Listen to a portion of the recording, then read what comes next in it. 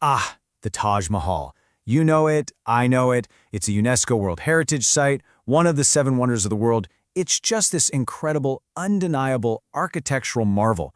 But beyond that gleaming white marble, there's this whole other world of modern controversy, really sensational claims, and myths that just refuse to go away.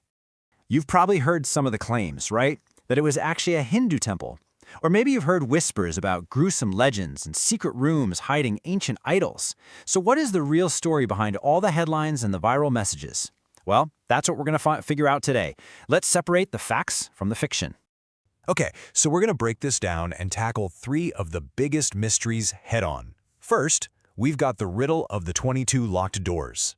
Then, we'll dive into the theory that the Taj Mahal was originally a Hindu temple called Taj Mahal. And finally, we'll look at that horrifying legend about the artisan's severed hands. But look, before we can even start to tackle these wild claims, we have to get our facts straight. We need to understand the official, documented history. Why was this incredible monument built in the first place? Well, it all starts with a very famous love story. So, let's go back in time. The future Emperor Shah Jahan, who was then called Khurram, married Arjamand Banu Begum. He later gave her the name Mumtaz Mahal, which means the chosen one of the palace.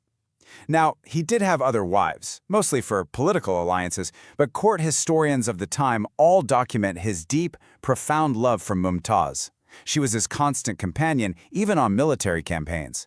And then, tragically, in 1631, she died, giving birth to their 14th child. And you can imagine, Shah Jahan was just completely consumed by grief. Historical accounts say he went into isolation for a whole year, and when he finally came out, his hair had turned white. His response to this immense loss was to build an absolutely unparalleled final resting place for his wife. And it was a colossal project. I mean, it took 22 years and about 22,000 laborers working every single day to complete it. Okay, so that's the official story, the one you'll find in the history books. Now, let's see how it holds up against all those popular claims and conspiracy theories. First up, let's talk about the one that's been all over the news lately, those 22 locked doors in the basement. A petition was actually filed in court demanding they be opened because of speculation that they were hiding Hindu idols. So, what's really going on behind them? Well, the reality is, honestly, a lot less dramatic. The claim is all about secret rooms filled with idols. But the Archaeological Survey of India, the ASI, they've made it very clear that these aren't rooms at all. It's a long corridor with arches. A pretty common structural feature in Mughal tombs, actually. The only reason they're locked is to prevent unnecessary foot traffic, which helps preserve the monument. And here's the kicker. This isn't some big secret they're hiding. After the court threw out the petition, the ASI went ahead and released photos of the restoration work they'd done inside this very corridor. You can go look them up on their website. And surprise, surprise, they show no idols. Just, evidence of the painstaking work that goes into preserving our heritage.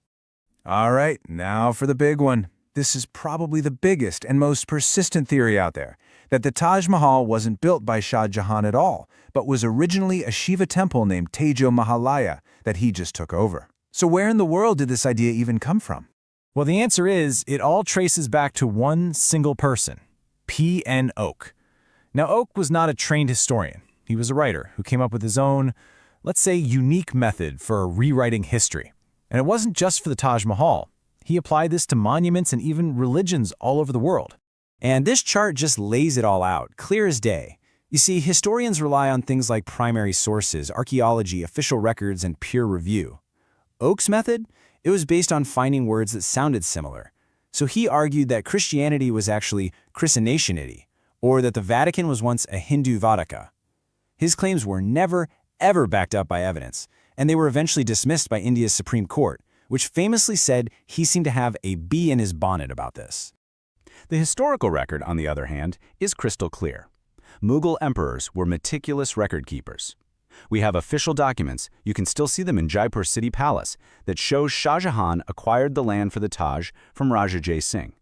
It wasn't seized, it was a formal exchange, basically a real estate deal, where Jai Singh was given 4 other properties, and the land itself is referred to as a haveli, or a mansion, not a temple. And that brings us to our third, and maybe the most gruesome myth of them all. This is the one you've definitely heard. The idea that Shah Jahan mutilated his 20,000 workers by chopping off their hands so they could never build anything as beautiful ever again. Is there any truth to this horrific story? The answer is a simple and very emphatic no. There is zero historical evidence to support this claim, not a shred. It's not mentioned in any court records, not in the accounts of the many foreign travelers who visited the time, and there are no archaeological findings to back it up. It's a complete work of fiction. In fact, all the evidence we have points in the exact opposite direction. Shah Jahan valued these artisans so highly, he settled them in a special town he built for them called Tajganj. It's still there today. And far from being unable to work, these same skilled craftsmen went on to build Shah Jahan's next grand project, the new capital city of Shah Jahanabad, with famous landmarks like the Red Fort and Jama Masjid. I mean, come on, it doesn't really make sense to call it the golden period of Mughal architecture if your best architects had their hands chopped off, right?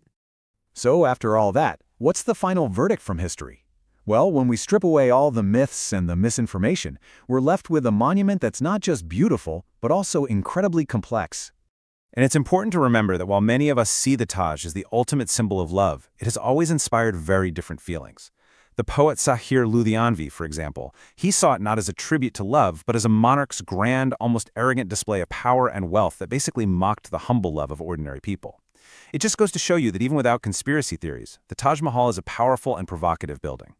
So you gotta ask, why? Why do these myths persist despite all the evidence to the contrary? Well, partly it's because the fictional stories of P.N. Oak found a brand new life in the age of social media. They became the perfect fodder for what some people call WhatsApp University.